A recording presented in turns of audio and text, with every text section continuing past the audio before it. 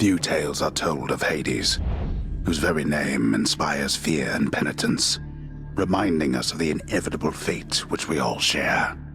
Hades is hands down one of the best action games in recent memory, and now that it's launching on PlayStation and Xbox consoles, we figured this would be the perfect time to provide a crash course on everything you need to know when you're first trying to escape from hell. This is your beginner's guide to Hades. Stupid boy. I told you nobody gets out of here, whether alive or dead. But enough with the smart talk already. I'm here to do a job. So let me have it. Give me everything you got. Hades is a roguelike dungeon crawler, meaning it focuses on a combination of stat progression and building skill through trial and error over repeated playthroughs, where you'll battle your way through randomized dungeons trying to escape the underworld of ancient Greece. Randomized buffs collected along the way pair with persistent upgrades to improve your chances of survival on each successive run as you work to beat its 4 dungeons, each one a different part of the mythical Grecian afterlife. I can do this. First get past the wretched shades of Tartarus. Easier said than done. You play as Zagreus, the smarmy prince of the underworld and son of Hades, who is super adamant that you'll never escape his domain no matter how hard you try, and try you shall. With help from underworld locals like his mentor Achilles, his childhood caretaker Nyx, and the other gods of Olympus, Zagreus strives to fight his way from the pits of Tartarus through the fields of Elysium and beyond and back to the mortal world, regardless of how many painful deaths he suffers along the way. It's worth noting that most of the story of Hades is told through optional dialogue with NPCs, so be sure you take the time to chat with anyone you encounter on or between runs. Remember your training out there. The pain of death is but another obstacle. In short, Hades is tough. The action is fast-paced and you will almost certainly die a lot. To paraphrase our reviewer, it's sort of like the Greek myth of Sisyphus, only instead of endlessly pushing a big rock up a hill, it's an ongoing loop of awesome combat with randomized enemies and procedurally generated dungeons, light exploration, and some great character interactions. Thankfully, unlike poor old Sisyphus, you actually get to keep some of your progress each time you restart. More on that in a minute. Must look like I'm slacking off with the old boulder here, but I was just getting back on my feet. Every run of Hades is different, with the order of rooms, rewards, and enemies being procedurally loaded each time. Most rooms are combat encounters against a randomized batch of enemies, and at the end you receive whatever reward was on the door coming in. Sometimes it's one of Hades' main currencies, it's gold, gems, keys, and a substance called darkness, or special items, or most importantly, special boons granted as gifts by the gods of Olympus, and we'll get into those more a bit later. Fight through enough rooms, and eventually you'll reach the dungeon's boss. Best them, and you're on your way to a new region, and so on and so forth until you escape. The big challenge of Hades is that in order to reach the land of the living, you have to make it through all 4 dungeons in one run, and each one comes with its own set of unique traps, hazards, and enemies, all of which get progressively more complex and challenging as you get closer to the surface. Anyway, I hope the fates are nicer to you next time. If, though really it's more a question of when, you die, you'll be sent back to the House of Hades to start your climb all over again. But, as with any roguelike worth its salt, you can unlock upgrades to help you out on your next run. The Mirror of Night unlocks passive upgrades in exchange for the darkness we mentioned earlier, stuff like bonus damage when attacking enemies from behind, or an instant revive when you hit 0 hit points, and you can unlock more upgrades by finding and spending chthonic keys, though these are also used to unlock the other weapons in Zagreus' armory. Whether you unlock additional upgrades or weapons, chthonic keys and darkness are easily the most important resource for you to chase on your early runs. You'll eventually unlock alternate versions of these upgrades as well. For example, instead of dealing backstab damage, you might deal extra damage to enemies that you haven't attacked yet. Which ones you focus on all depend on your own playstyle, of course, but in our experience, chthonic vitality and greater reflex are a great place to start, and once you unlock a few more with 5 chthonic keys, boiling blood is a great way to beef up the power of your cast. Keepsakes are items that offer a more focused passive buff, which you can get by presenting the various gods and NPCs you talk to with gifts of nectar that you find out on your runs. Hey, Meg. Look, I know you're just doing your job out there, and anyway, found this, thought of you and all that, so here.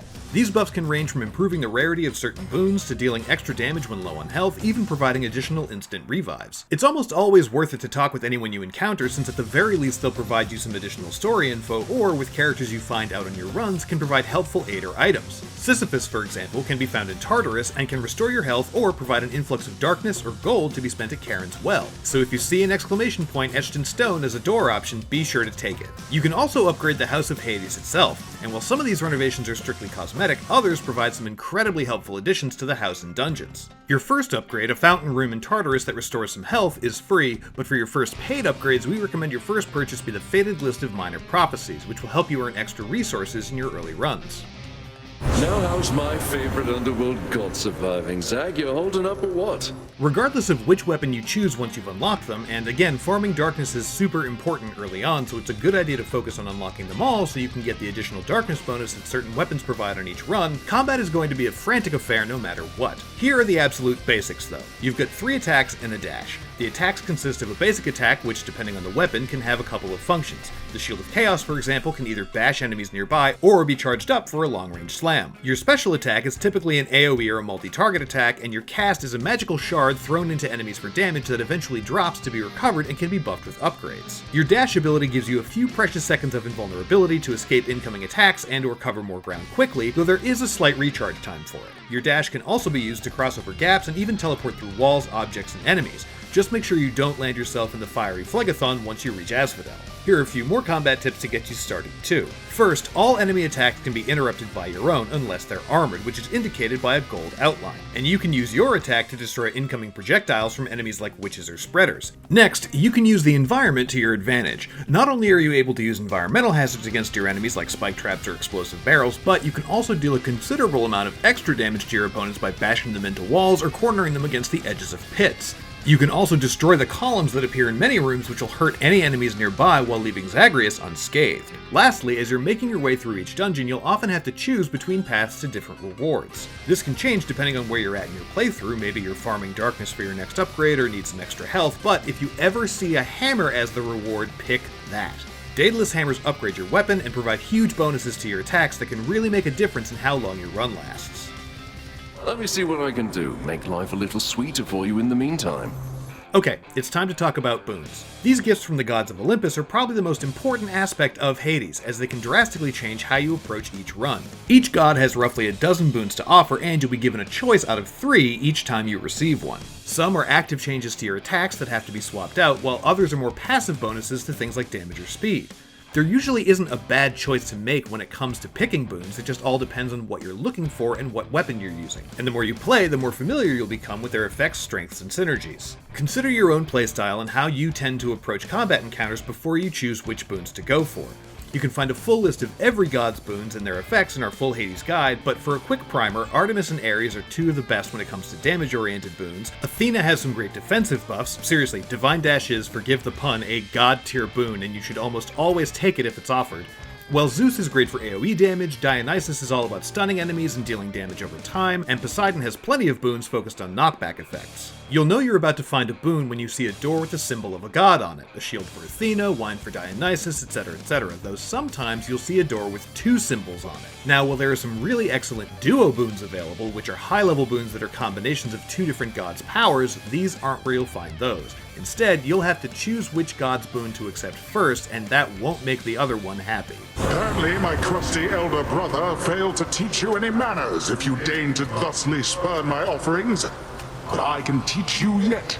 As a result, you'll have to face a wave of enemies buffed by that god. You can see Poseidon's wave effects that deal extra knockback damage here before being granted that second boon, so only pick the 2 boon door if you're sure you can handle a tough fight. The very last thing to know about your early time with Hades is that it is totally okay to cheat. Lord Hades ought to lock you up rather than let you run amok in his domain like this. Okay, it's not cheating, regardless of what some hardcore purists might say, but turning on God mode is a huge help, especially when you're still getting your legs under you. This option in the settings menu, which you can toggle on or off at any time, even mid-run, gives you an immediate 20% damage reduction, and that bonus increases by 2% every time you die from there on out up to 80%. Enabling God mode won't hinder your progress at all, and it won't prevent you from unlocking any trophies or achievements either. It's a great way to get through your first complete run, because one thing that we haven't mentioned yet is that once you do manage to get out of hell, your journey is really just beginning. But we'll leave finding out what that means to you. So now you know, but only half the truth. Hopefully this has been a helpful guide to getting started on your ascent through the afterlife. For more on Hades, like a ton of 4K PS5 gameplay, or our full thoughts on why it was our pick for 2020's Game of the Year, you're already in the right place here at IGN.